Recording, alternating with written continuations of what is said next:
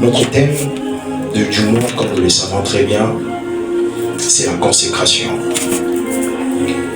Le premier jour, on a essayé de définir ce concept de consécration.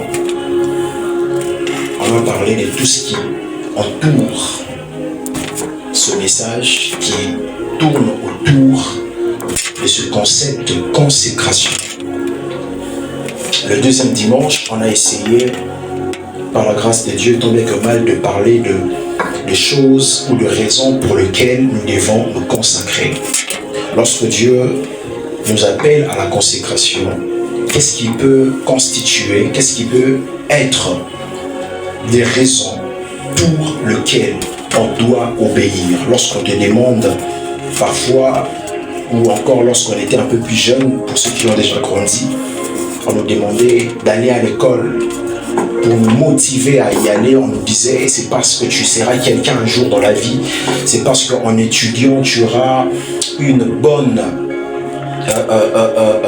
un bon niveau intellectuel, tu te feras une place dans la société. On prônait ces intérêts-là pour que nous puissions justement avoir la motivation d'aller étudier. Et également, lorsque Dieu nous demande de nous consacrer, il faut qu'il y ait parfois des raisons. Il faut que l'humain trouve des raisons pour pouvoir le faire. Et on a essayé de parler de quelques raisons pour lesquelles il faut se consacrer. Ce soir, j'aimerais que nous puissions lire deux portions des Écritures qui vont nous permettre d'entrer dans le message de ce soir. J'ose croire que ce soir, je ne serai pas en train de vibrer. J'ose croire. Je crois que ça vient tout seul. 1 Roi chapitre 3. J'aurais besoin d'un seul lecteur. Moi, je vais lire la seconde portion. 1 Roi chapitre 3, le verset 3. Quelqu'un va le lire. 1 Roi chapitre 3, le verset 3. Qui a trouvé déjà la version Louis II de grâce? 1 Roi. Papa Grady, tu peux? Je lis au nom de Jésus. Amen. On lit ensemble avec lui. Salomon aimait l'Éternel et suivait les coutumes de David, son père. Seulement c'était sur les hauts lieux qu'il offrait des sacrifices et des parfums. Amen. 1 Roi chapitre 11, le verset 1er au verset 6e. J'aimerais que nous le lisons à l'unisson. 1 Roi chapitre 11, le verset 1er au verset 6e.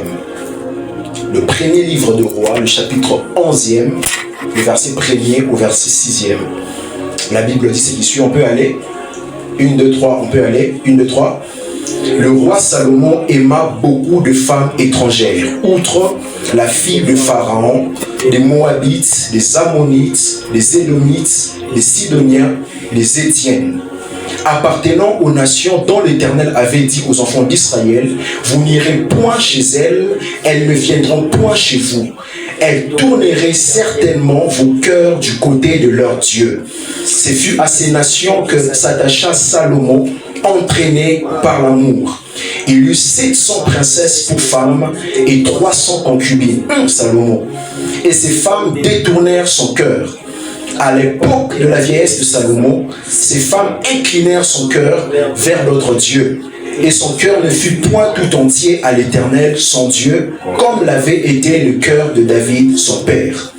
Salomon alla après Astarté, divinité des Sidoniens, après Milcom, l'abomination des Ammonites, et Salomon fit ce qui est mal aux yeux de l'Éternel, et il ne suivit point pleinement l'Éternel, comme David, son père. Amen, amen.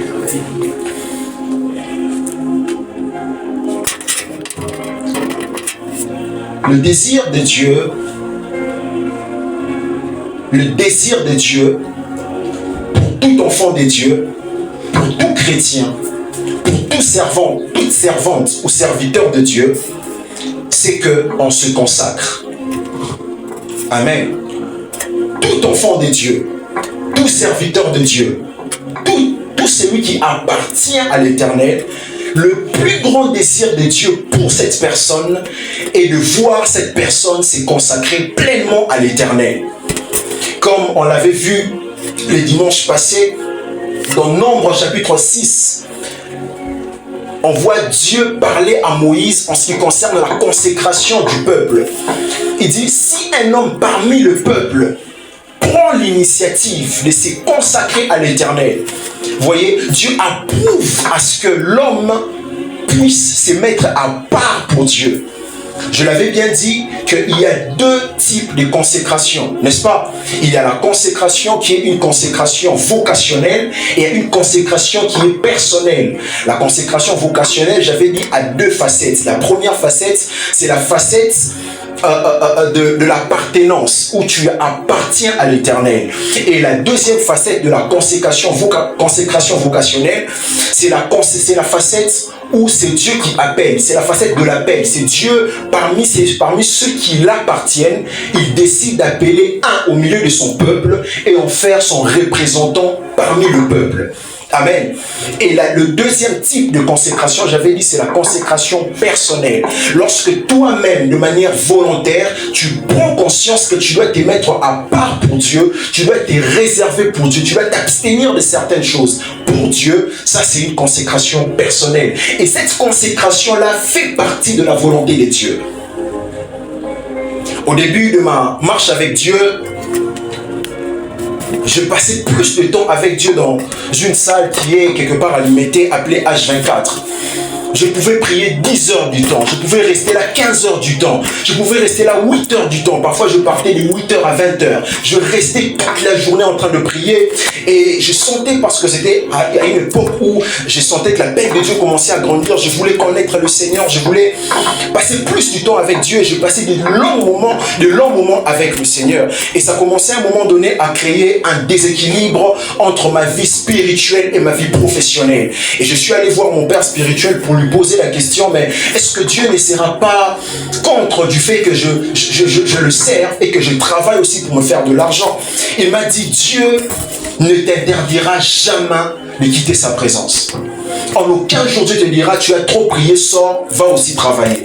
C'est à toi que revient la responsabilité de répartir ton temps. Jamais tu te diras, tu as trop passé du temps avec moi, va maintenant vers ta femme. Tu as trop passé du temps avec moi, va maintenant vers tes enfants ou tes amis. Dieu voudra toujours que tu restes là. Mais ce sera à toi, ta responsabilité, de pouvoir dire, les temps-ci c'est pour ma femme, les temps-ci c'est pour mes enfants, les temps-ci c'est pour mes études, les temps-ci c'est pour mon travail et les temps-ci c'est pour Dieu. Et Dieu veut que tu aies du temps avec lui. Du reste, dans Matthieu 6, il dit, lorsque tu veux prier, entre dans ta chambre, ferme-toi dans le lieu secret pour parler à ton Père. Dieu veut que tu aies une relation de seul à seul avec lui. Dieu faisant grâce, un jour nous parlerons de connaître Dieu personnellement, nous verrons ces choses. Mais il est très important de comprendre ceci, chers frères, que le désir de Dieu, c'est qu'on se consacre. Mais son plus grand désir, c'est qu'on commence à se consacrer et que l'on finisse consacré. Je répète, le plus grand désir de Dieu, c'est que tu commences à te consacrer et que tu finisses à te consacrer.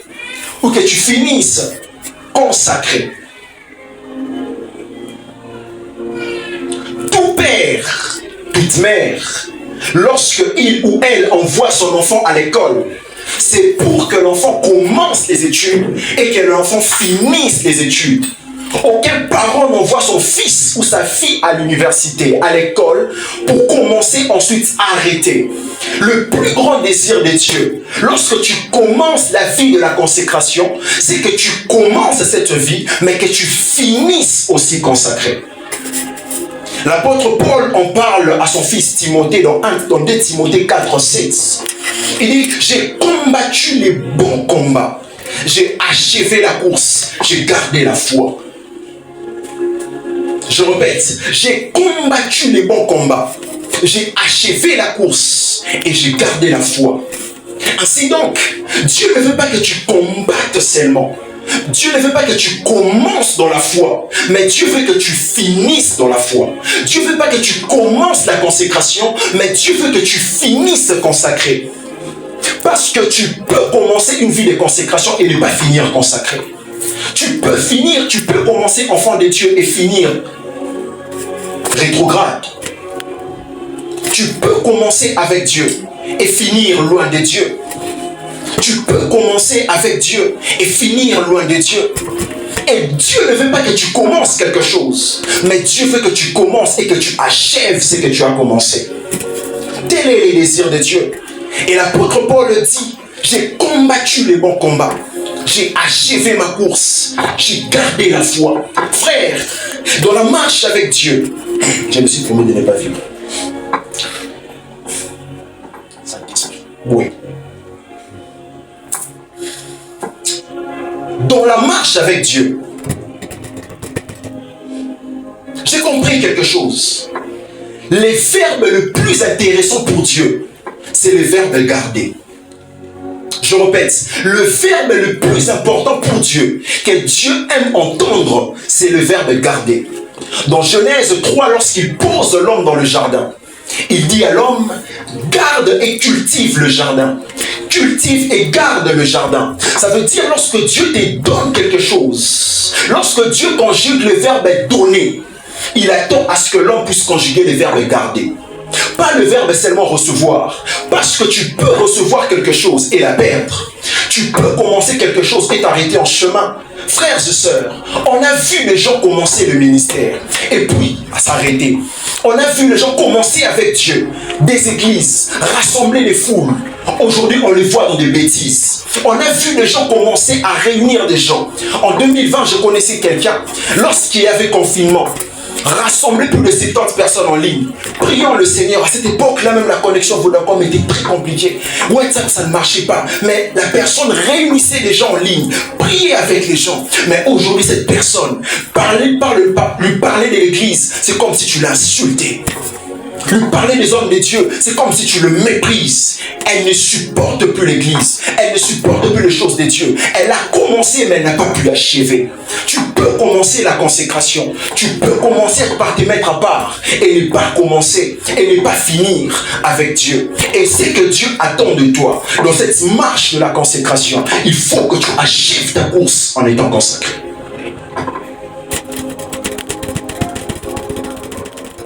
Ecclésiaste 7:8, la Bible dit, mieux vaut la fin d'une chose que son commencement. Vaut mieux la fin d'une chose que son commencement. Je parlais avec une sœur dernièrement qui me disait, moi j'aimerais un homme qui craint Dieu. Parce qu'elle me parlait de la pression qu'elle est en train de subir au niveau de sa famille. Elle dit qu'on me met trop la pression.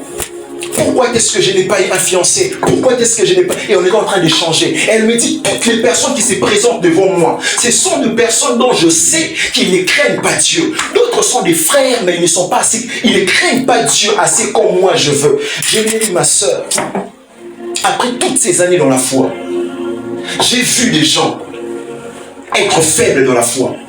2 ans après, 3 ans après, devenir des bons enfants de Dieu. Et j'ai vu des gens vibrants, transpirant pour Dieu, servant Dieu, aimant Dieu de tout leur cœur, quelques années après, c'est perdre.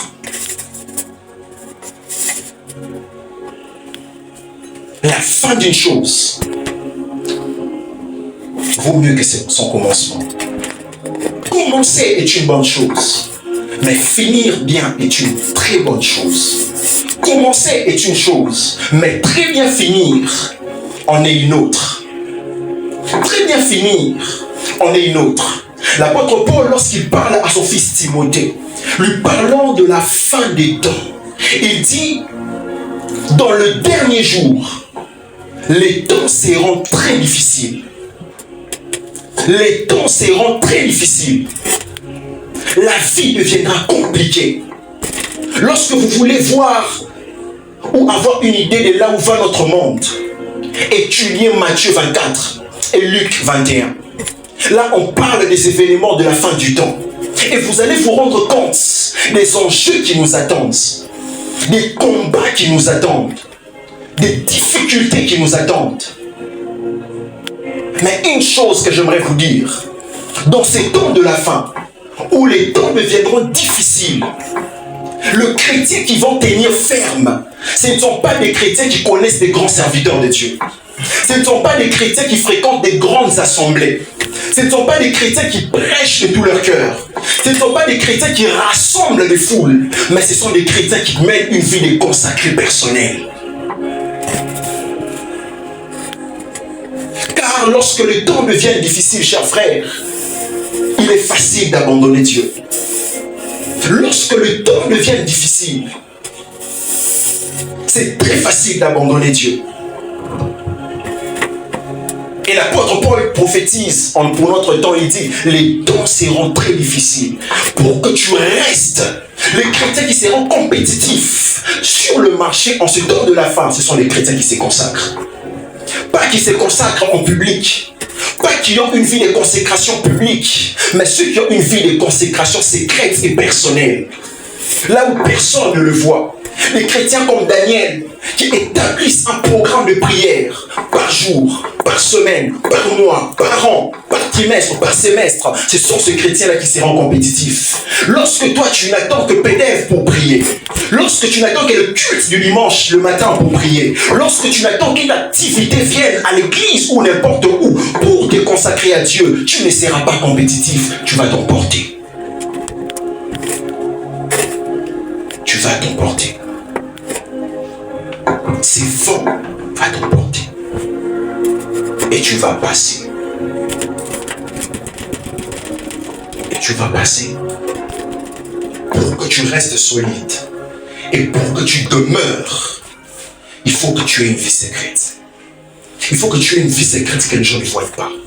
Il faut qu'il y ait des choses que tu fais dans le secret que les gens ne remarquent pas, que les gens ne connaissent pas.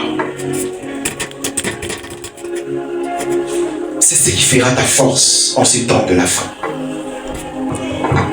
Les temps où le mal ne fait que s'accroître. Les temps où le péché bat son plein. Les temps où l'iniquité a atteint son paroxysme. Les temps où les filles restent nues partout. Les temps où j'en parlais avec mon frère dernièrement, j'ai dit, mais il y a un système maintenant sur Facebook, je commence à avoir peur même de Facebook.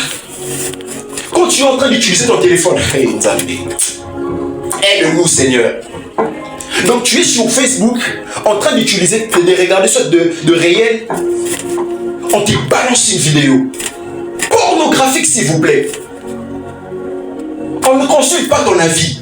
Que non, il y a une vidéo qui est en train de venir dans quelques secondes. Et pouf, bam. Donc vous voyez, on ne laisse même plus le choix de choisir ce qu'on peut regarder ou pas. Lorsque tu regardes ça, ça peut stimuler des envies en toi et tu vas maintenant dans leur site.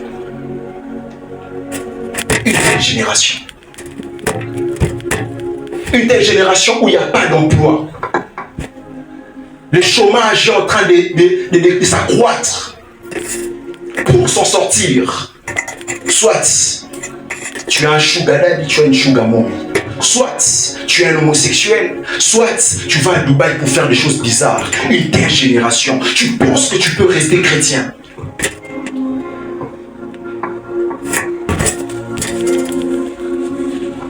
J'en parlais à mes frères dans la famille dernièrement.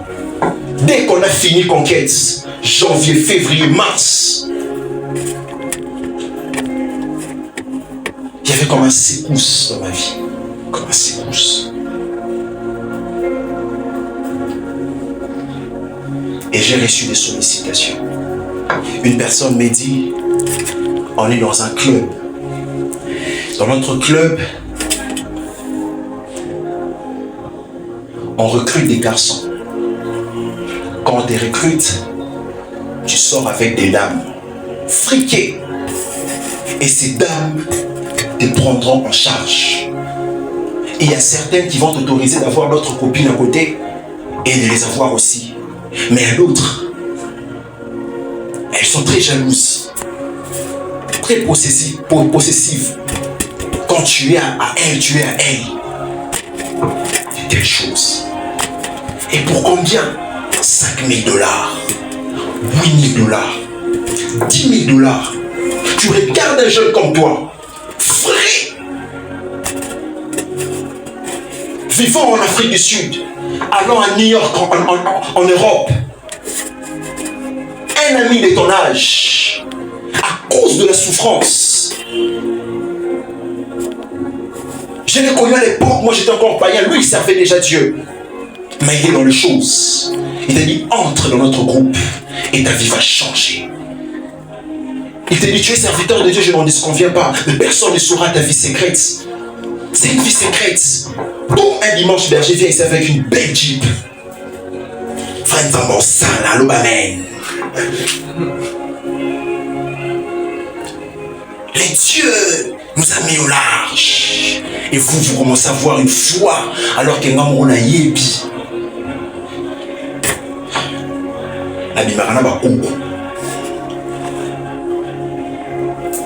Une telle génération. Une telle génération. Juste après la proposition, Dieu m'a dit, bloque cette personne. Je l'ai bloqué partout. Une autre personne est venue sur TikTok. Mais parlons d'une famille. Je sais pas, je l'ai dit, mais c'est que j'ai un penchant pour les choses spirituelles. C'est pourquoi il m'amène toujours dans ces choses. Prends ceci, prends cela. À minuit, entre dans la salle de bain, fais telle prière, et tu verras l'argent apparaître. J'ai dit c'est faux. Il le fait en filmant. Il me montre un porte-monnaie qui entre dans un casserole vide. Et quand il sort avec $2500. Pia. Frère, pas des montages en live comme ça. Mon cœur a fait boum. J'ai dit, hé Dieu. $2500 par jour. En une semaine, tu as combien? En un mois, tu as combien? Dans notre génération. Plus le temps devient difficile, ceux qui vont rester dans la foi chrétienne, ceux qui vont rester enfants de Dieu, ce sont des gens qui se consacrent. Shadrach, Meshach, Abednego, alors que le roi Nebuchadnezzar élevait son statut, et il a dit, tout celui qui n'adorera pas mon statut sera jeté dans la fournaise ardente. Des hommes qui n'avaient pas une vie de consécration d'apparence. Des hommes qui n'avaient pas une vie de consécration publique, mais qui avaient une relation profonde avec Dieu. Qui avaient une relation secrète, intense, profonde avec Dieu. Qui avaient profondément des racines en Dieu. Ils ont refusé. Ils ont refusé. Ils n'ont pas refusé parce qu'ils n'étaient pas de cette nation. Mais ils ont refusé parce qu'ils connaissaient leur Dieu. Parce qu'ils avaient en eux la crainte des dieux. Frères et sœurs, les choses que je suis en train de vous dire sont vraies. Vous aurez des sollicitations.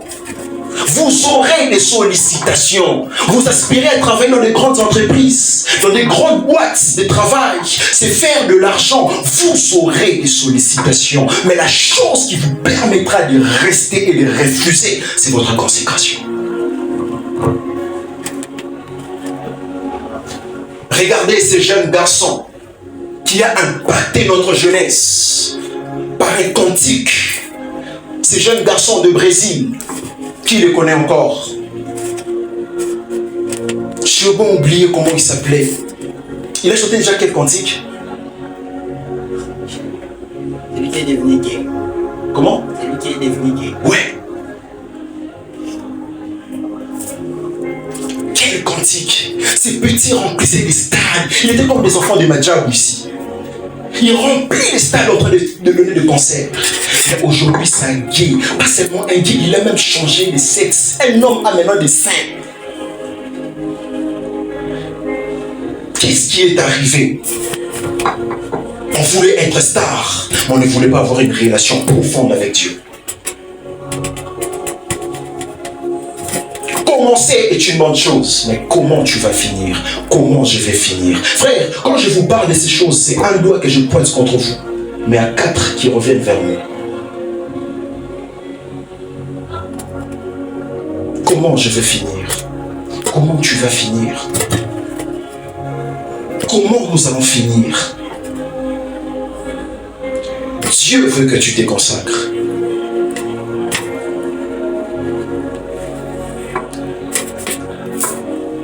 Mais Dieu veut que tu finisses ta vie consacrée. Vous ne pouvez pas imaginer comment est-ce que Dieu a mal lorsqu'il voit le chrétien se perdre. Vous ne pouvez pas imaginer. Frère, imagine que tu finis les études. Imagine que tu finis les études. Ton père, ta mère n'ont pas d'argent pour t'envoyer à l'université. Il n'y a pas d'argent. Un étranger qui n'est même pas de ta famille, il débarque. Il dit à ton père, il dit à ta mère, je vais prendre en charge les études de votre fils. Il te paye les études. Il te paye la fac. Les syllabus, il paye. Tout ce qu'on demande à l'université, il donne. Tout ce qu'on te demande de faire, il le fait. Mais après, il apprend que toi, tu ne participes jamais au cours. Il apprend que toi, tu n'as pas de notes. Tu ne réussis pas. Tu ne fais qu'accumuler des échecs. Comment il va se sentir? Son argent, il n'est pas de ta famille. Il te prend en charge. Et toi, tu plaisantes avec les études. Et tu échoues. Tu peux imaginer ce qu'il va ressentir. Pareil, c'est ce que Dieu ressent. Dieu n'est pas notre frère. Nous sommes des étrangers. Nous ne sommes même pas de sa nation. Jésus n'est pas notre frère. Nous ne sommes pas juifs. Le ciel l'a rejeté. Il est venu vers nous. Et pour nous, il a donné sa vie. Il s'est sacrifié à la croix. Et quand il te regarde toi, pour qui il a donné sa vie, est-ce que vous pouvez imaginer ce qui s'est passé au ciel quand Christ était sur la croix? Comment les anges avaient honte de voir leur Dieu être humilié par des gens qu'il a créés. Ça veut dire que toi tu es père, tu as mis au monde un enfant et ton enfant est en train de te taper. Est-ce que tu peux imaginer ce que même tes serviteurs vont ressentir? Les créatures sont en train de tuer leur créateur. Vous pouvez imaginer ce que les anges ressentaient. Et quand ils regardent tout ça, ils voient toi ta vie. Tu viens à l'église, tu plaisantes. Dans ta chambre, tu fais des choses. Dans ta vie secrète, pourrie. Une vie de cachotterie. Tu ne pries pas, tu ne jeûnes pas, tu ne te consacres pas. Tu peux imaginer ce que Dieu ressent lorsqu'il voit ça.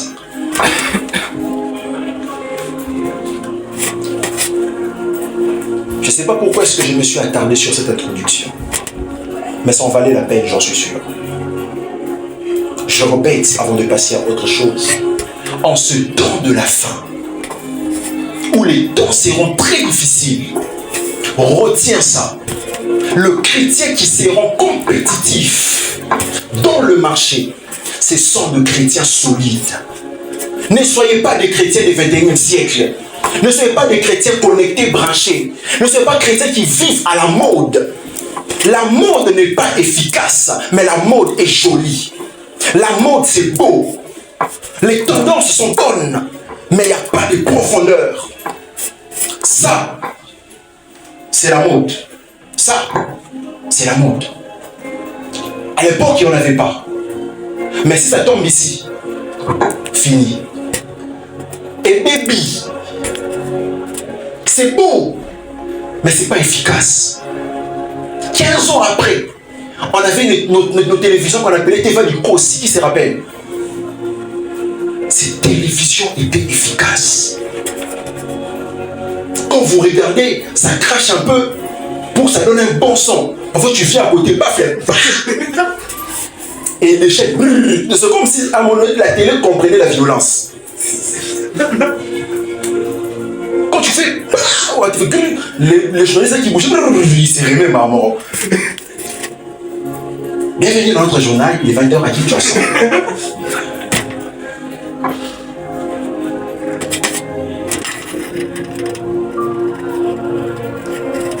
C'était pas beau à voir. Imagine, on a surnommé ça Teva Likosi.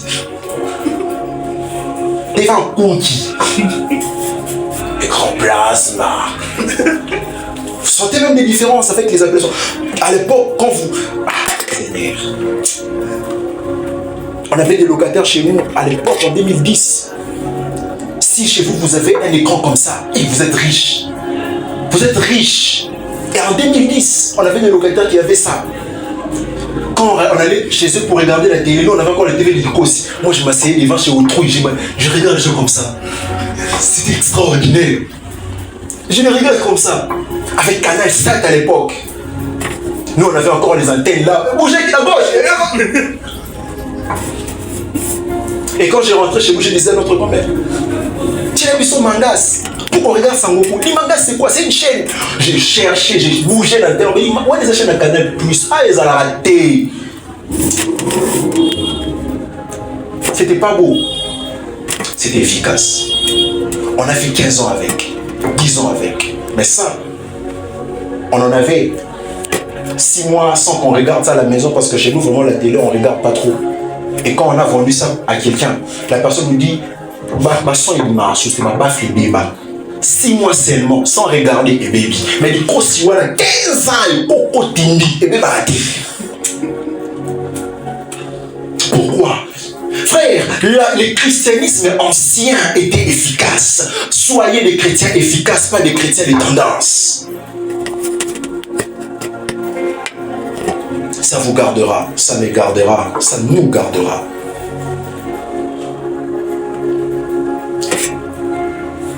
Et Salomon, c'est un homme dont on va parler ce soir, qui fera l'objet de notre message. Espérons que j'aurai le temps de tout dire. Salomon avait bien commencé sa marche avec Dieu. Dans un roi que papa a lu, un roi chapitre 3, le verset 3, on dit Salomon aimait Dieu. Salomon aimait Dieu. À une époque de la vie de Salomon, on parle de son amour qu'il avait pour Dieu. Salomon qui avait un attachement profond avec Dieu. Et cet amour qu'il avait pour Dieu l'a poussé à faire ce que son père voulait faire mais que Dieu avait refusé. Il a eu à cœur de bâtir un temple à Dieu. De Chroniques 2:1, la Bible dit, Salomon ordonna que l'on bâtisse une maison au nom de l'Éternel et une maison royale pour lui. Lorsque il est tombé amoureux de Dieu, pendant sa jeunesse, Salomon a eu à cœur de construire l'œuvre de Dieu, de construire la maison de Dieu. Alléluia. De construire la maison pour Dieu et la maison de Dieu. Et il le dit lui-même dans 2 Chroniques 2:5, il dit, la maison que je vais bâtir doit être grande. Ça veut dire, je veux faire quelque chose pour Dieu, mais je ne veux pas faire quelque chose de médiocre. Je veux faire quelque chose de grand. Je veux faire quelque chose pour Dieu, mais la chose que je vais faire doit être quelque chose de grandiose. Ça, c'était Salomon avant. Salomon était ce genre de chrétien. Salomon, ou encore il est le type de ce chrétien qui font des choses pour Dieu, par amour, pas par intérêt. Et ils veulent faire de belles choses pour Dieu.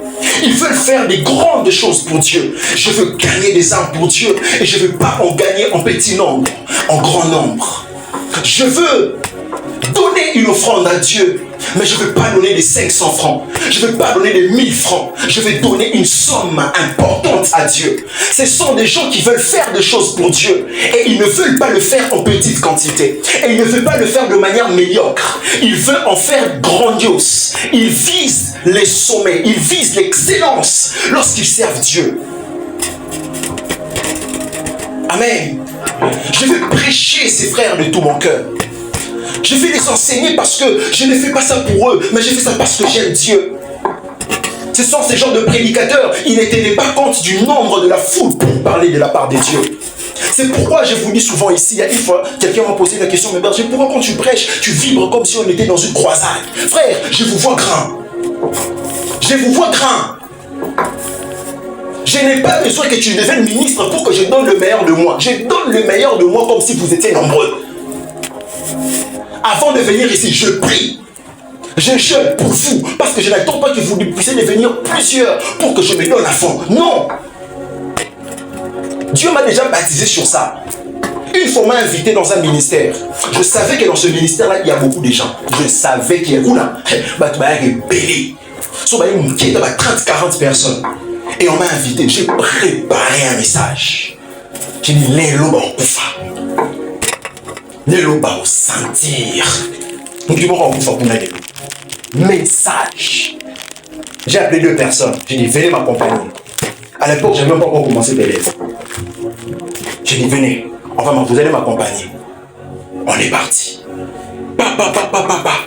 J'arrive. J'étais déjà en retard. Vous savez, ces habitudes-là que les hommes de Dieu ont, hein. D'ailleurs, en retard, à côté de ce qu'on a mais on est Dieu. Voilà, à côté de ce qu'on a bonjour frère. Et je suis venu en retard avec mes 2 personnes à gauche et à droite, comme Élie et Moïse. Moi, maintenant, Jésus au milieu.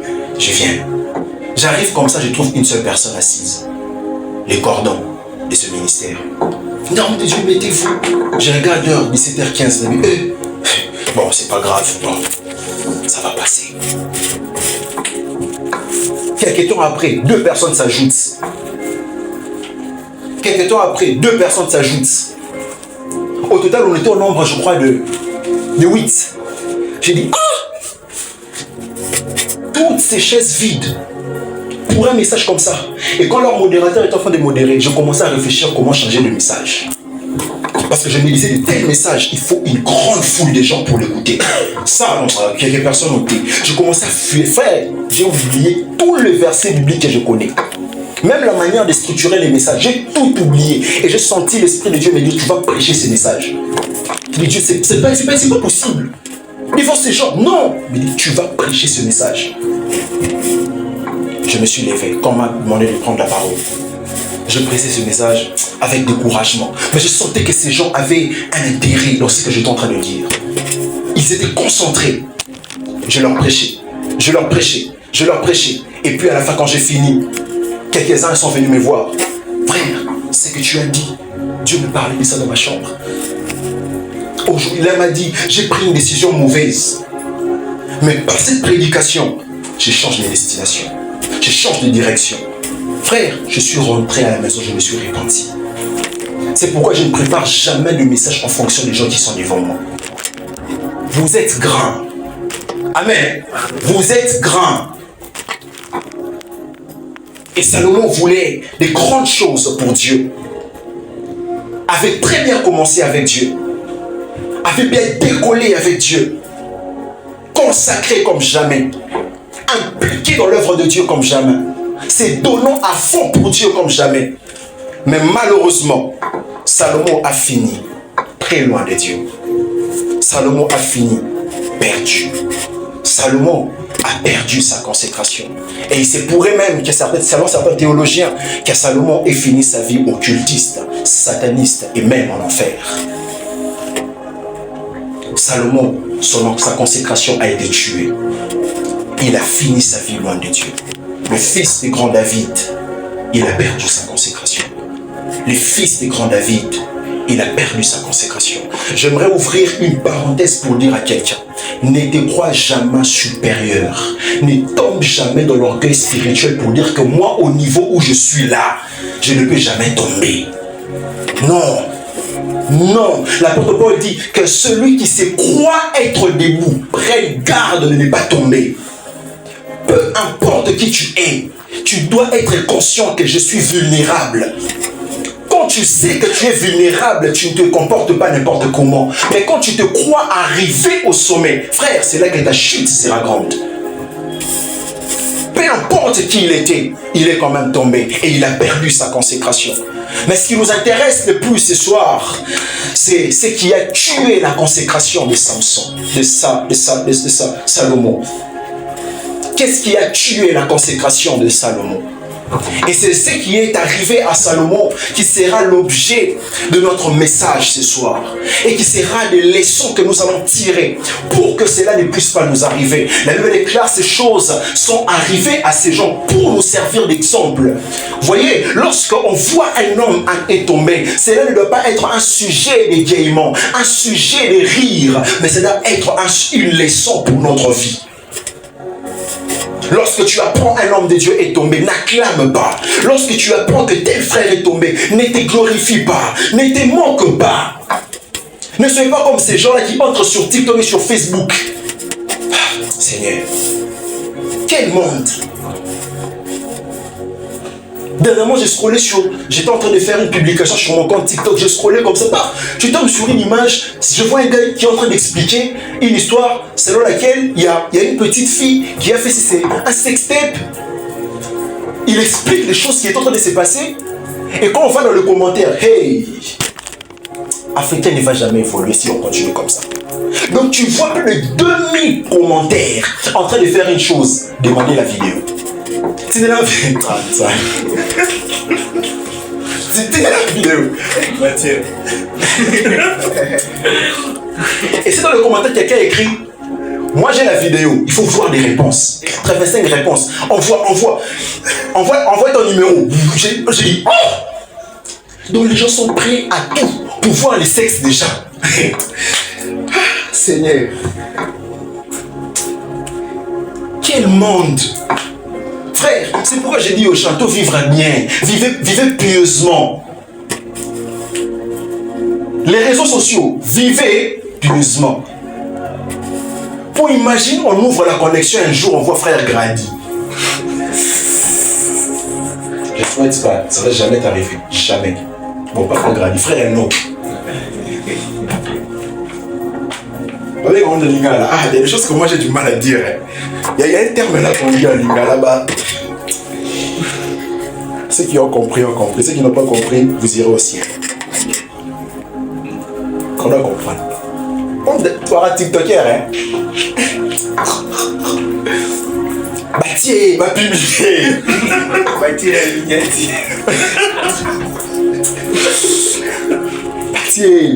Bâtier. Et les gens se musculent. Non, la télégramme.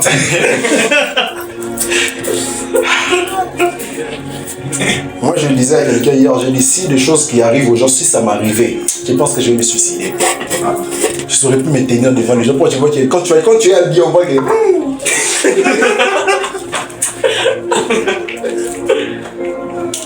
Quand tu bouges, tu dis... Les gens vont dire... Toi là, il y a un truc, hein.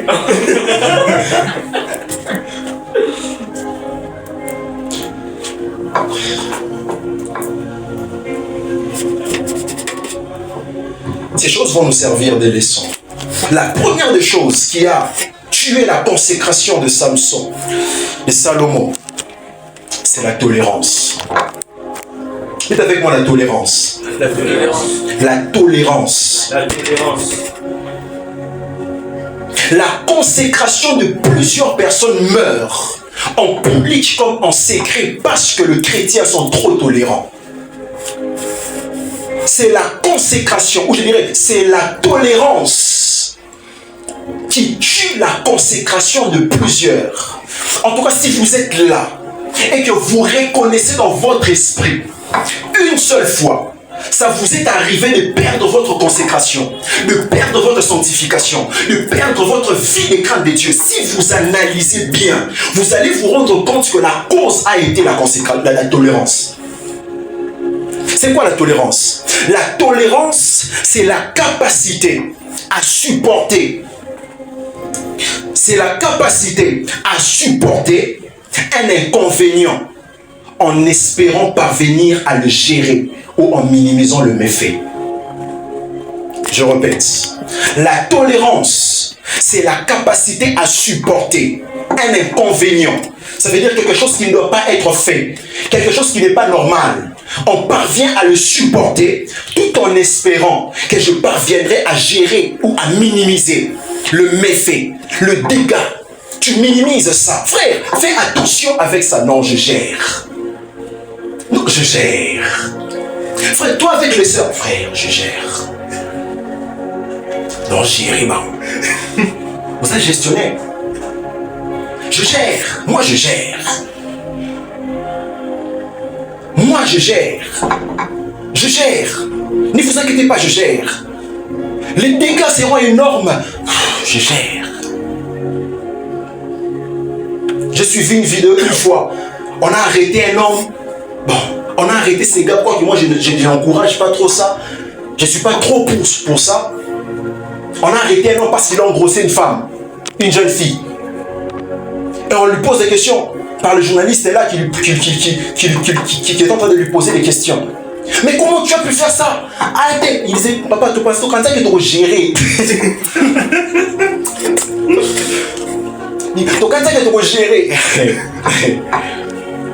On fait des choses, on parvient à supporter, à tolérer quelque chose qu'on ne pouvait pas tolérer.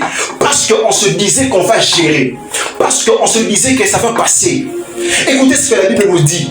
Galates 5, le verset 9. Un peu de levain fait lever toute la pâte. Alléluia. Un peu de levain fait lever toute la pâte. Ça veut dire l'élévation de la pâte n'a pas besoin de trop de levain, a juste besoin d'un peu de levain. Frère, les dégâts que tu peux imaginer, que tu ne peux pas imaginer, n'ont pas forcément besoin de trop d'erreurs. Une seule erreur suffit pour tout gâcher. Une seule erreur, ça suffit pour tout gâter. Une seule erreur. Oh, tel ami, il couche avec des femmes, mais ces femmes ne tombent pas enceintes. Moi, je n'ai jamais fait ça. Moi aussi, je vais essayer. Toi, tu n'auras pas besoin de trop faire pour enceinter la fille. Il suffirait que tu, la première fois au Tikali, et bon papa, ta fille est cachée. Amen. Les dégâts n'ont pas toujours besoin de plusieurs erreurs. Une seule erreur suffit. Un peu de levain. Un peu de levain. Un peu de tolérance. Un peu de négligence. Un peu de rester en ligne jusqu'à 1 heure. Un peu d'aborder certaines conversations avec des sœurs. Un peu de ceci, ça peut emmener ceci. Un peu, juste un peu. Dans mon église, il y a un frère avec qui on est très proche. Il me dit souvent, mon frère, je te trouve bizarre. Pourquoi à l'église, tu es trop sérieux, tu es trop strict? Pourquoi tu n'es pas accessible? Pourquoi les gens ne t'abordent pas, surtout les sœurs? J'ai dit, frère, je suis très conscient du monde dans lequel nous vivons aujourd'hui. Je ne suis pas accessible à tout. Tout le monde n'est pas accessible à moi. Tout le monde n'a pas accès à moi. Je peux avoir ton numéro, tu peux avoir mon numéro, mais je ne peux pas t'écrire tous les jours. J'ai lui disais ça, frère, fais très attention. Tu es trop courtois, tu es trop courtois. Un jour, ça te causera des problèmes. Il disait, je gère. Je gère. Et une sœur un jour vient. La sœur commence à parler avec le frère. Et le frère commence à échanger avec la sœur. Petit à petit, ils échangent. Ils approfondissent la relation. Comme les jeunes le disent, on apprend à se connaître. La relation qui était censée supposer être une relation de frères et sœurs dans une même commission de l'église, c'est devenu une relation où on parle maintenant jusqu'à 22h. On parle maintenant jusqu'à 23h. On parle maintenant jusqu'à minuit. On parle maintenant jusqu'à 1h. Et un jour, pendant qu'ils sont en train de causer, ils commencent à aborder des conversations qu'ils ne pouvaient pas aborder. Il dit à la sœur, tu fais quoi? La sœur dit, je vais aller prendre bain. Arrête-toi là, à 0h, il pose la question à la sœur, à 7h, tu vas aller prendre bain. Comment ça? Il dit, d'ailleurs, je suis dans la douche. Je ne crois pas. Je te jure, envoie-moi la vidéo. Frère, ton komi kuna nengeni. Je vous dis vrai. Frère, envoie-moi la vidéo. Ton komi dans ma routine, la sœur est allée dire ça à l'église. Parce que elle a dragué le frère a refusé après, et elle a dit, je vais me venger. Frère, quand une femme dit que je vais me venger, il vaut mieux pour toi de foutre la terre pendant 6 mois que tu vas revenir. Comment elle dit? Moi, il avait chanté ça dans la chanson Survivante. Moi, ce humilié, et à ce moment, c'est des frères. Quand il faut me dire que toi, je vais mettre fin à ta vie. Faut mieux pour toi, tu fuis d'abord la terre. Et Navanda Boué, il est dans ma commission, m'appelle. Toi, responsable, les frères dans ta commission sont en train de s'envoyer des vidéos la nuit. Je dis, je sais pas. On a failli tous nous suspendre. Pourquoi? Une petite tolérance. On gère. On gère. Tu es dans une relation avec la sœur. Frère, même si c'est ta copine et que c'est ta prétendante, même si Dieu vous a dit que vous allez vous marier, cela ne vous donne pas le droit légal de tout faire. Vous touchez comme vous voulez. Frère, non, je gère. Hein, tu gères. Dis avec moi, je gère. Je gère. Oh, je gère. Je gère. Un jour, tu vas tomber. À cause de quoi? Un peu de levain.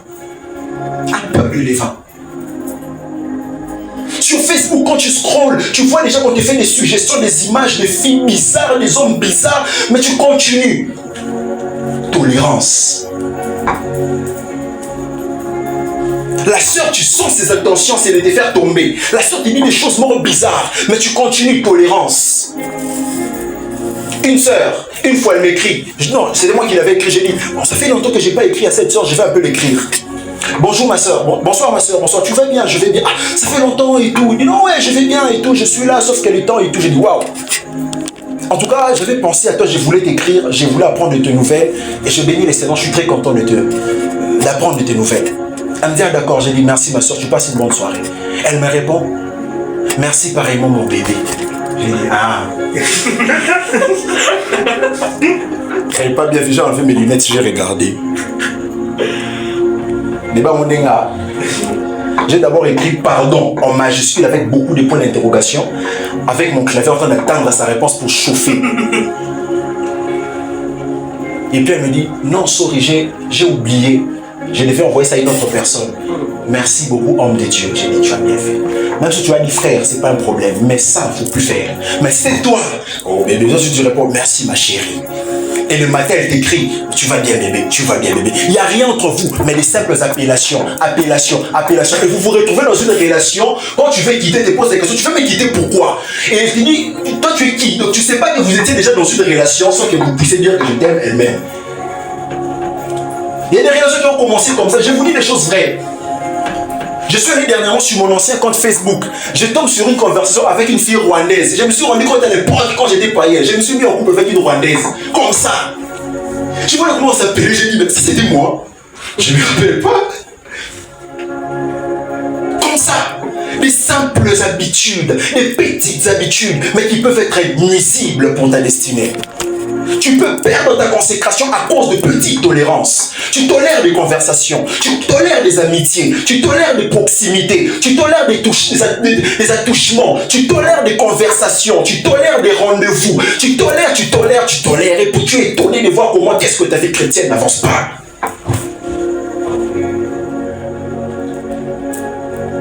Moïse a raté la terre promise, pas parce qu'il a péché 2 fois, mais parce qu'il a péché 1 fois.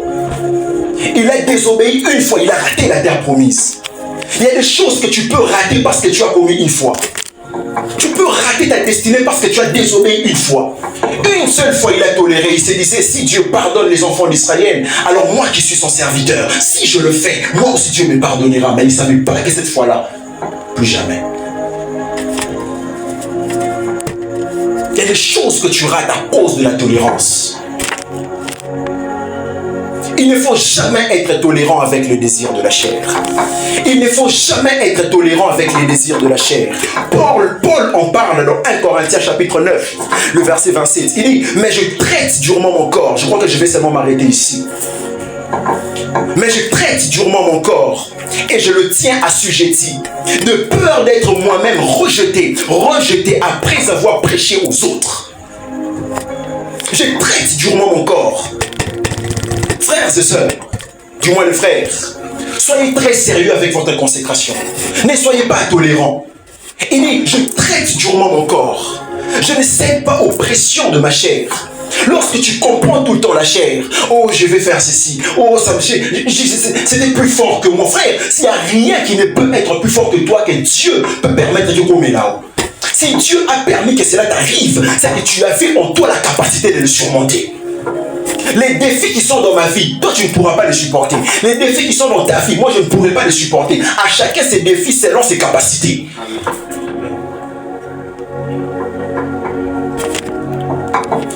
Ne tolérez aucune négligence, aucune paresse, aucune faiblesse, Oh, je suis seulement faible, je vais seulement prier, je vais seulement dormir, je ne peux pas prier. Oh, je me sens pas, mes frères. Moi, ceux qui vivent avec moi savent, même quand je suis malade, je suis allongé. Je n'ai pas la force de m'agenouiller, je n'ai pas la force de marcher parce que j'ai pris plus en marchant qu'en étant à genoux. Je n'ai pas la force de m'asseoir comme Papa Ovani, mais j'ai quand même la force de m'allonger et de parler. Tu tolères trop. Je suis fatigué. Je ne peux pas prêcher. Je suis fatigué. Je ne peux pas servir. Je suis fatigué. Je ne peux pas faire tout le temps des excuses. Les chrétiens qui n'ont que des excuses parce qu'ils tolèrent tout. Ils tolèrent des faiblesses. Ils tolèrent des paresses. Ils tolèrent des négligences. Alléluia. Amen. On tolère la négligence. Tu as dit, je veux jeûner. Dans l'estomac, ça dit qu'à moi, picote, moi, mon quai, la tiki. Il y a des gens ici qui ont pris des décisions depuis qu'on a commencé le mois d'avril avec ce message. À partir à l'heure, je vais commencer à prier. Mais sur le Kabouania,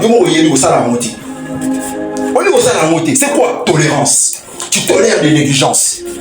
Tu tolères ça. Frère, prier même en étant debout, même si tu sens que tu vas tomber, soit contre un mur, mais tu t'es dit que je vais prier à cette heure-là et tu respectes ça. Tu as pris la décision de ne plus regarder ces films, de ne plus écouter ces musiques, de ne plus aller à tel endroit. Frère, ne tolère plus, même si tu sens la pression, dis-toi que je ne vais pas le faire. L'apôtre Paul dit, je traite durement mon corps. C'est quoi traiter durement son corps? Faire imposer à son corps des choses que le corps veut faire. Imposer à son corps des choses que le corps ne veut pas faire. Quand ton corps ne veut pas dormir, ne veut pas prier, oblige ton corps à prier. Écoutez-moi, la chair ne te laissera jamais faire des choses qui plaisent à Dieu. Je le répète, la chair ne te laissera jamais prier. La chair ne te laissera jamais jeûner. La chair ne te laissera jamais aller en retraite. La chair ne te laissera jamais prier la nuit. La chair ne te laissera jamais chercher Dieu. La chair ne te laissera jamais le temps de craindre Dieu. Et si tu sais de tout le temps, au caprice de la chair, tu ne serviras pas Dieu. Si tu sais de toujours, au caprice de la chair, elle te dit, fais ça, tu fais. Ne fais pas ça, tu fais. Les faiblesses que tu entretiens, des faiblesses. Oh, c'est ma faiblesse. C'est ma faiblesse. La Bible déclare, ne veut pas dire mes faiblesses. La Bible déclare que le faible dit que je suis fort. Je suis fort. Je suis tombé, je me relève, je suis fort. Je suis un boxeur. Sur les rings, j'ai seulement reçu des coups, mais je vais continuer. J'ai reçu des coups, mais je vais continuer. J'ai reçu des coups, mais je vais continuer. J'ai reçu des coups, mais je vais continuer. As-tu déjà vu un boxeur qui a reçu 2 coups à la fois et puis il abandonne? J'ai toujours posé la question, c'est un sport ou bien c'est un règlement de compte? Il y a des gens, vous voyez, ils vivent comme ça. Bah, tu vois, on a ciment. Déjà, tu perds l'équilibre. Tu présentes la face. On met une poudre comme ça dans la main et puis on te gifle.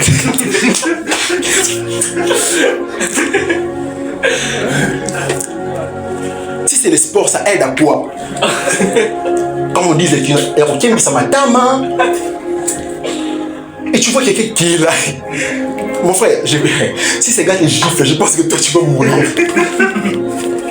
Donc eux, ils s'entraînent seulement avec la main. Donc il peut être là comme enfant, on a beaucoup. Mais tu peux voir quelqu'un, on les gifle. Et tu regardes à ralenti. Il tombe, il se relève, il continue.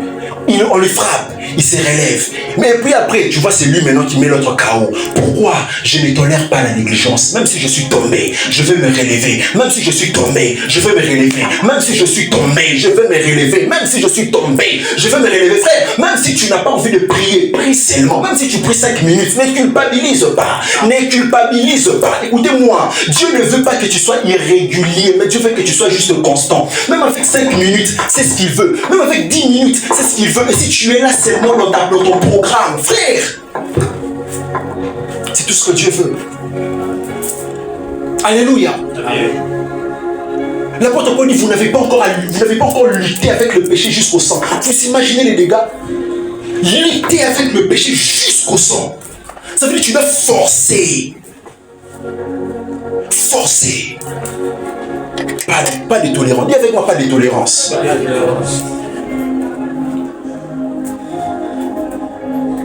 Et il continue.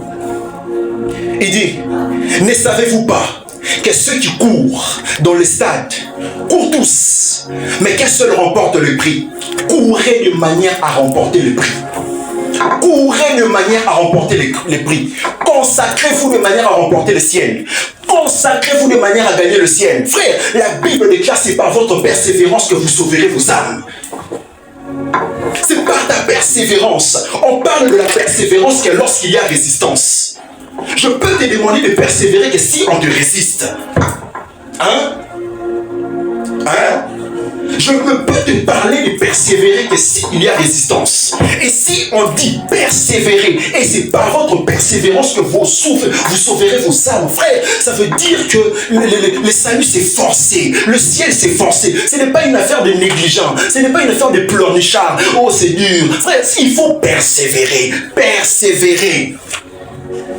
Jusqu'à ce que vous n'aurez plus la force, persévérer. Courez de manière à remporter le prix. Priez de manière à remporter le prix. Sachez qu'à chaque fois que vous faites ce que vous faites, il y a un prix qui vous attend. Il y a un prix qui vous attend.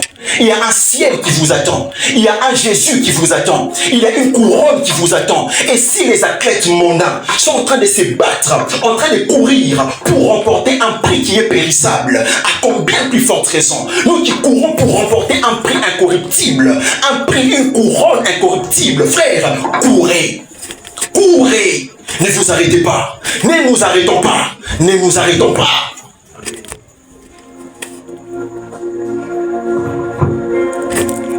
Et je finis avec ceci.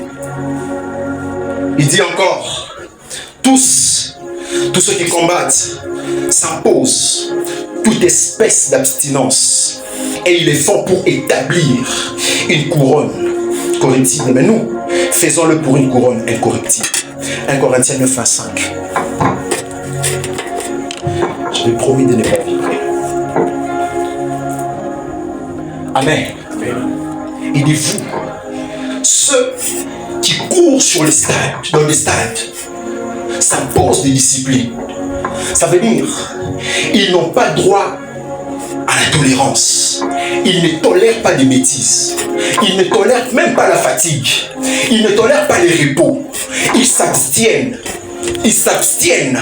Ils s'abstiennent. Tu ne peux pas vaincre la tolérance si tu n'as pas d'abstinence. Il faut que tu aies une vie d'abstinence. Il faut que tu t'abstiennes. Frère, même quand c'est fort, tu dis j'avais dit je ne le ferai pas, je ne vais pas le faire. Impose-toi des disciplines. Il dit ces gens s'imposent d'abstinence. Dans la version Summer, on parle des disciplines. Ils s'imposent des disciplines. Frère, impose-toi des disciplines. Impose-toi des disciplines. Et même quand tu n'as pas envie de le faire, fais-le. Même quand tu n'as pas envie de le faire, fais-le. Dis-toi que j'avais dit je ne veux plus faire ça. Je ne veux plus faire ça. J'avais dit que je serais sérieux avec Dieu en ce mois. Frère, avant la fin de ce mois d'avril, décide-toi d'être sérieux avec Dieu.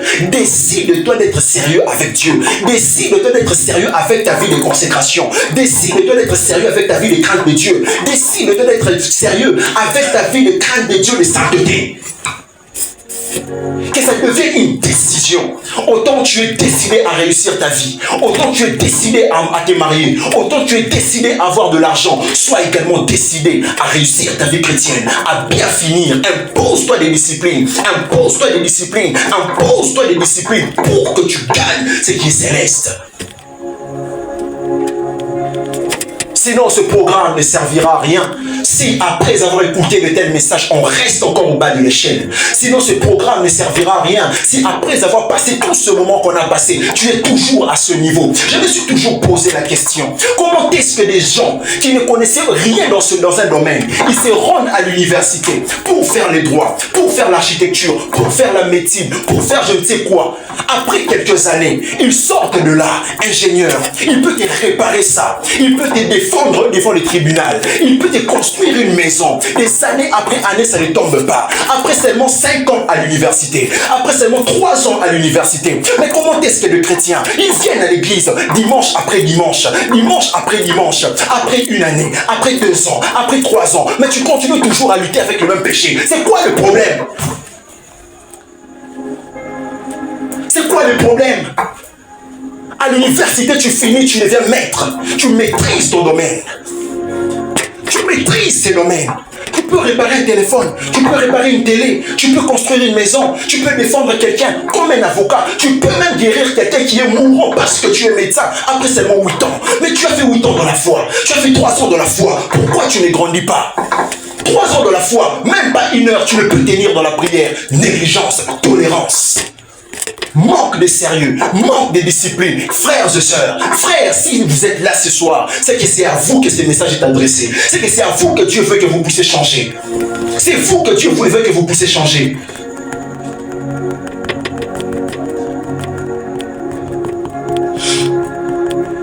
Un enfant qui naît, un nouveau-né, au début, il prend le lait maternel, il prend la bouillie, il prend ceci, il prend cela. Mais plus il grandit, il commence à prendre le pain. On prend le pain, on met un peu dans le lait et puis on lui donne. Après, il mange le pain lui-même. Il commence à apprendre à mâcher. Après, s'ils sont dans certaines familles, à côté, on coupe à foufou. On bête à foufou, on laisse ça. Après, ils vont taper na foufou. On lit. Oui, frère. Moi, j'ai connu une famille pareille. Bah, moi, souvent, on a commis une année. Mille sili. Petit. Moukapara. Fina foufou. Après, on boucle comme quoi. Pourquoi? Il grandit.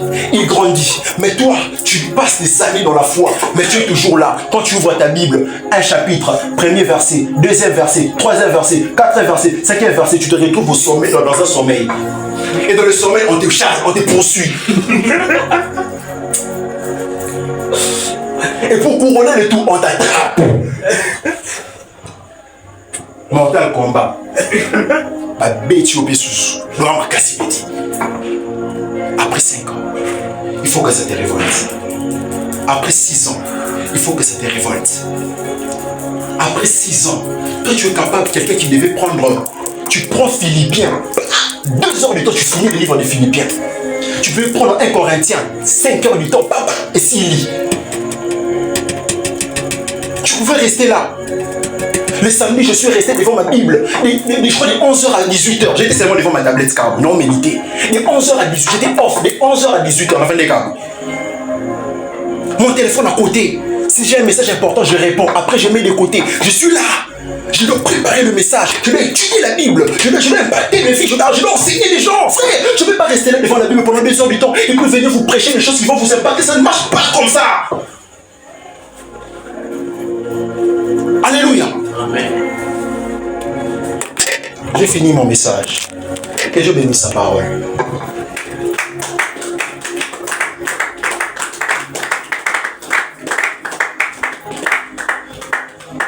Nous allons nous lever dans la présence de Dieu. Tu vas dire à Dieu, Seigneur, donne-moi la force de me discipliner. Je dois me discipliner. Je refuse la tolérance. Je refuse la négligence. Je refuse la paresse. Je veux grandir. Je veux grandir. Oh, cher bien-aimé, fais de la croissance spirituelle ta quête. Fais de la croissance spirituelle ta recherche. Fais de ça ta quête. Que tu cherches ça de tout ton cœur jusqu'à ce que tu vas grandir. Est-ce que quelqu'un qui veut vraiment grandir peut prier le Seigneur ce soir? Peut prier le Seigneur ce soir. Peut prier le Seigneur ce soir. Rasuka de brasata la brache. Kola brade saka la brache.